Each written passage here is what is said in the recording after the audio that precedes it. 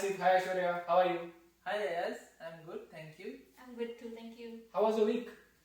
Going good. We're busy and busy with life, busy with work, home stuff. What about you?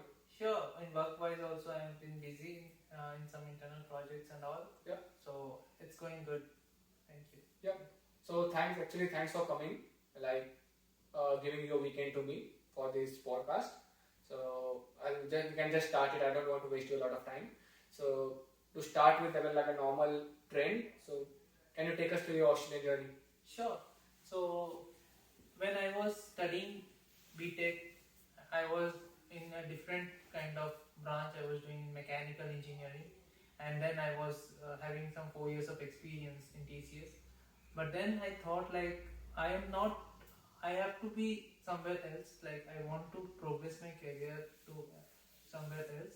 So I started researching about it because I didn't have much idea about IT related stuff. So I researched about it. I studied more, and I got to know I can pursue my higher education, and Melbourne was the best option to do that because it offered very good institutions which are at top most institutions, and then I decided to go for it, and then I started preparing for IELTS, and I came here. So the life here was completely different from what I had imagined. So it's like here you have to do everything on your own. You have to manage studies as well as you have to manage your household, everything here.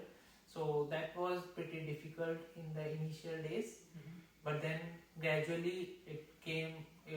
I was able to cope up with that, and life became smoother after that.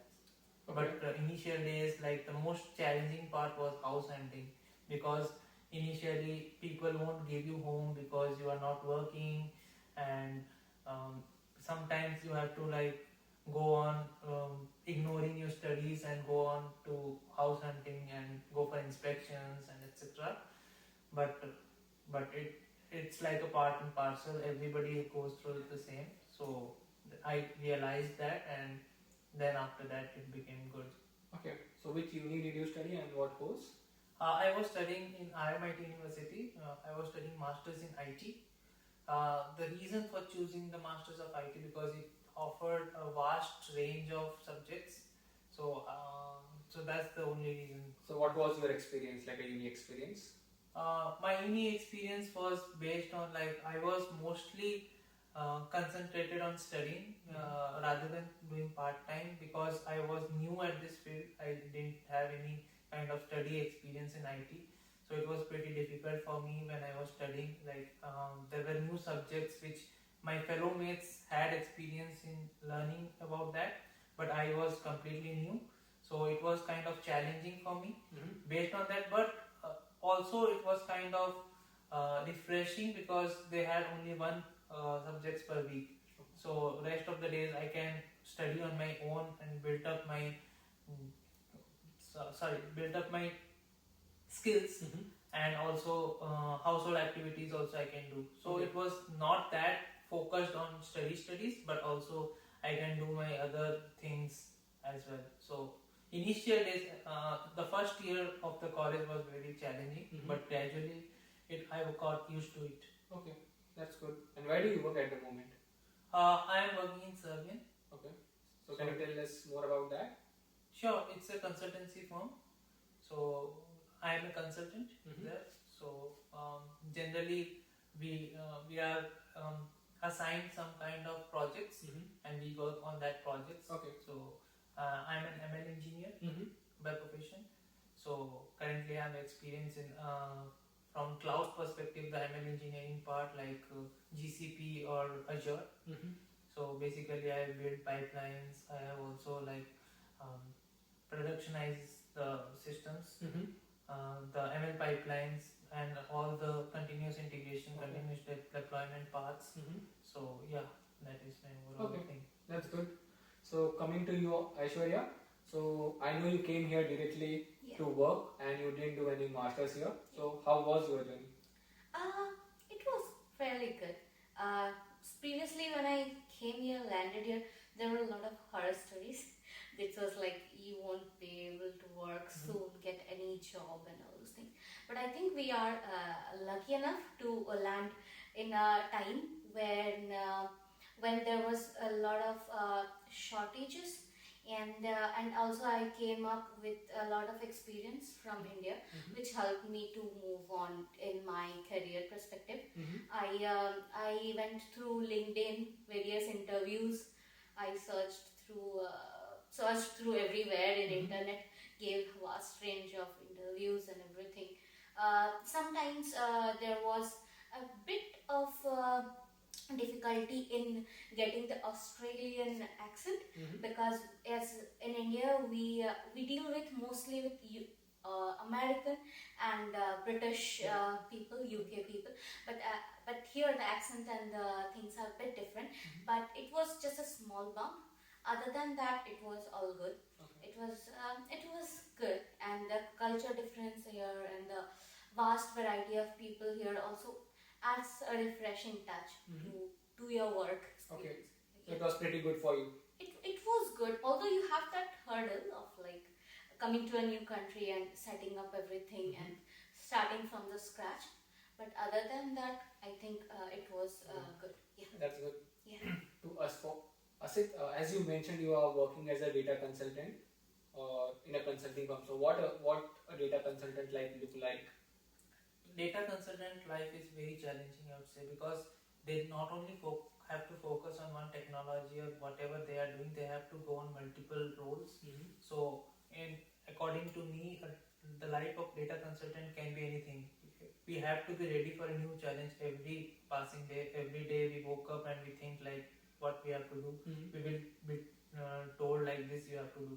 So sometimes I can do documentation, sometimes I have to do ML engineering part, sometimes I can do like computer vision projects, sometimes I can do modeling. So it is like ever changing things.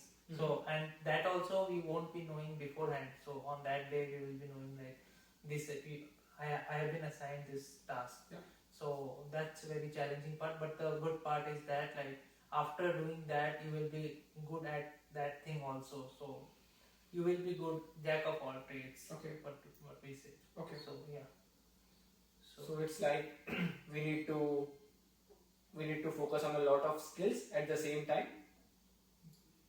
Yes. Okay. So you have to be good at everything. Like sometimes a project you only can the whole responsibility of the project will be on you only. Okay. So you have to get the requirements. You have to implement that also.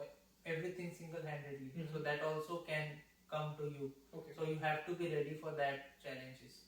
Okay. Yeah. That's a good thing to know.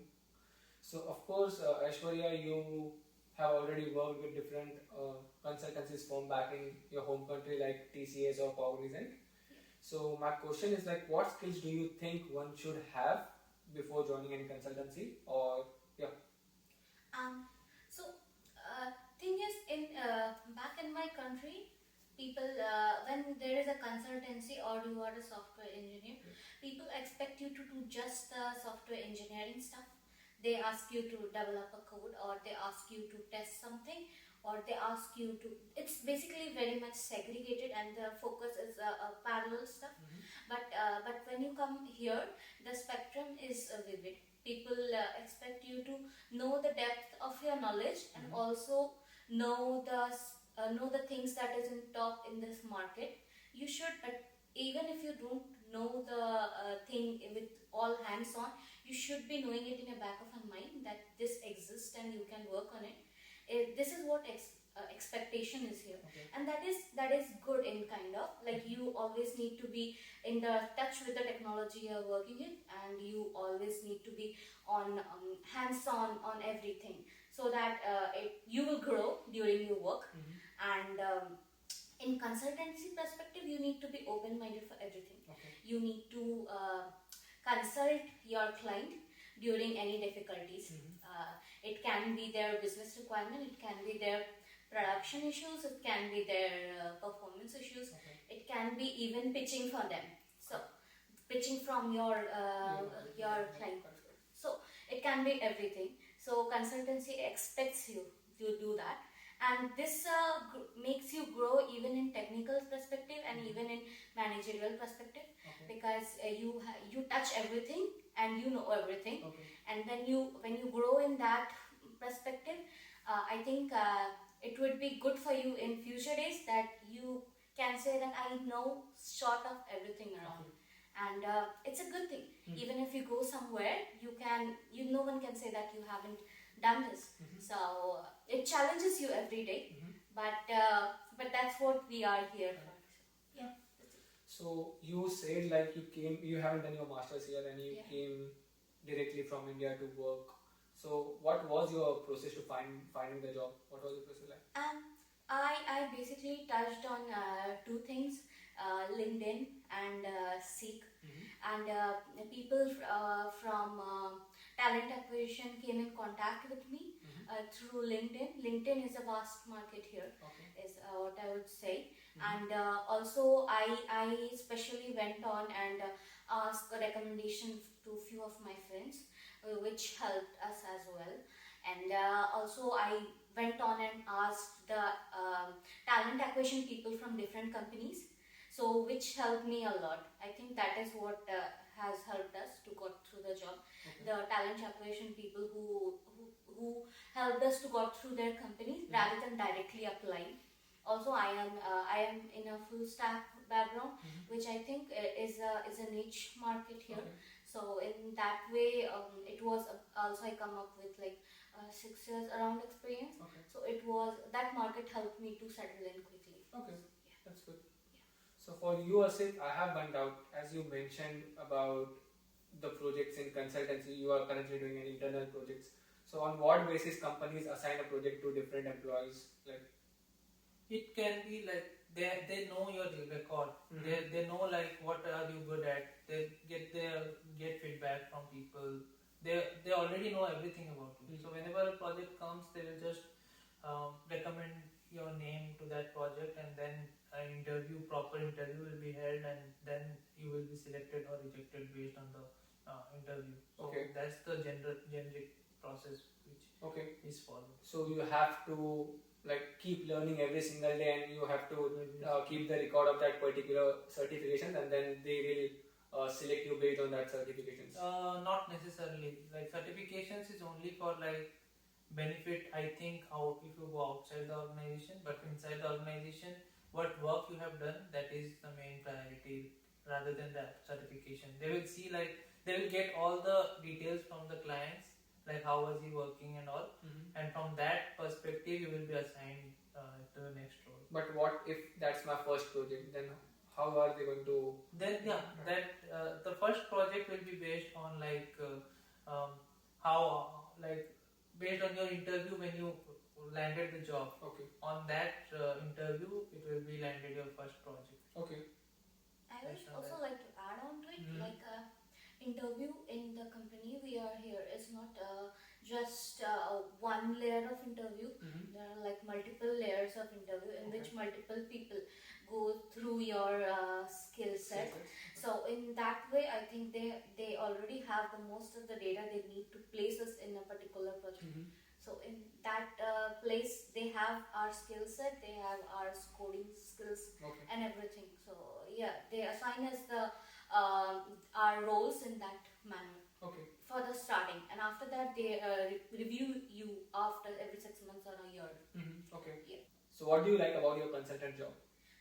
I think a certain job is all about challenges and having new things every day to Mhm. learn, than rather a data consultant, a software engineer, or a ML engineer, where the perspective is just straight line parallel. You know you have to do these things.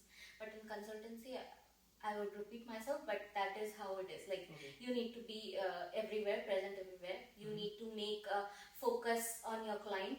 You need to focus, make everything marketable, and help them in every perspective, even after you have committed your job, Mhm. and help them even before you have committed your job. Okay.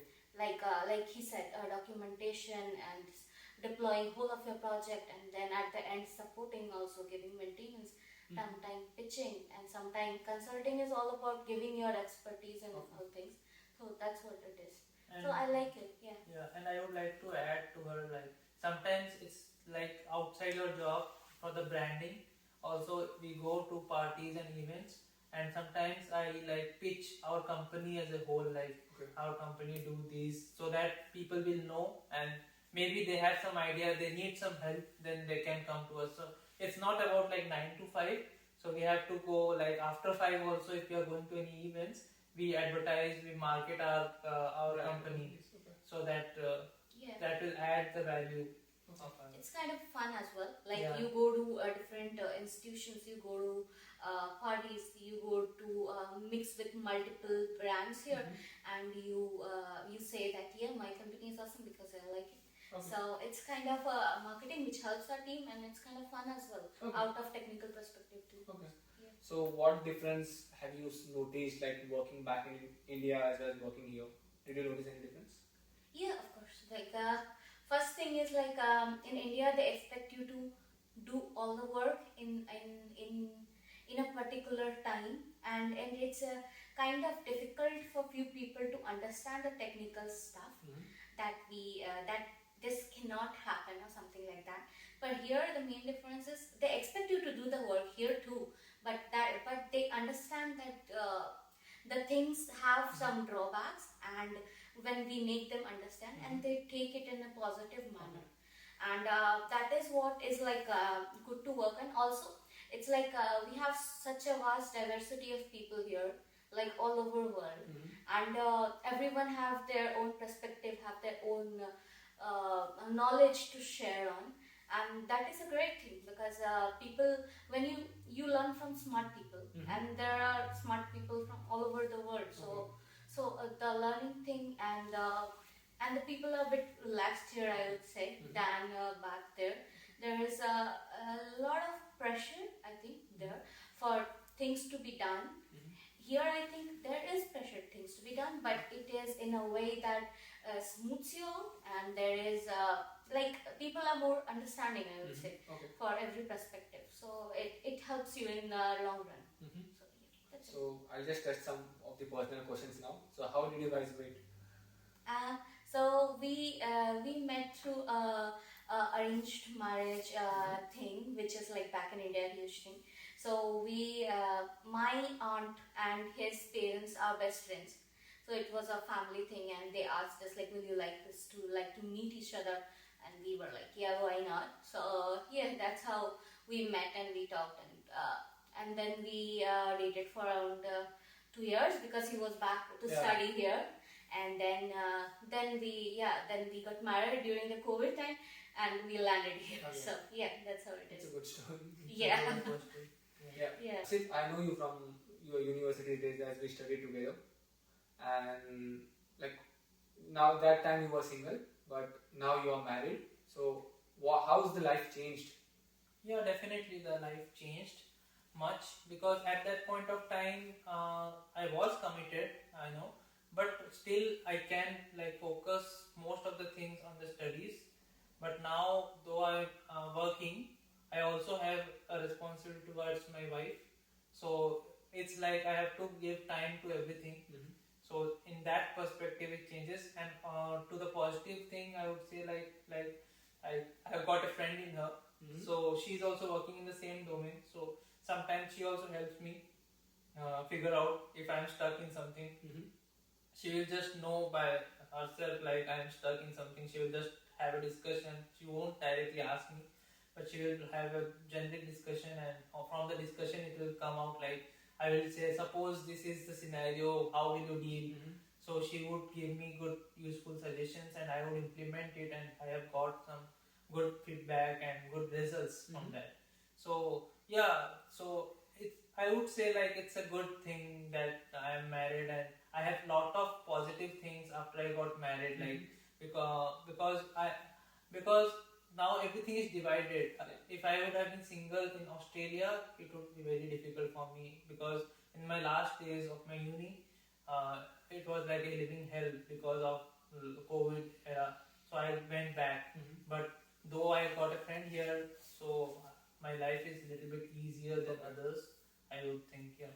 So do you think for like someone should have a partner or should bring a partner with them before coming to Australia? That will be a great positive point for them if they bring partner before coming to Australia, then they both have to go through the struggle, which is easier than somebody going alone in the struggle. Okay. So definitely I would recommend having a partner or a friend also.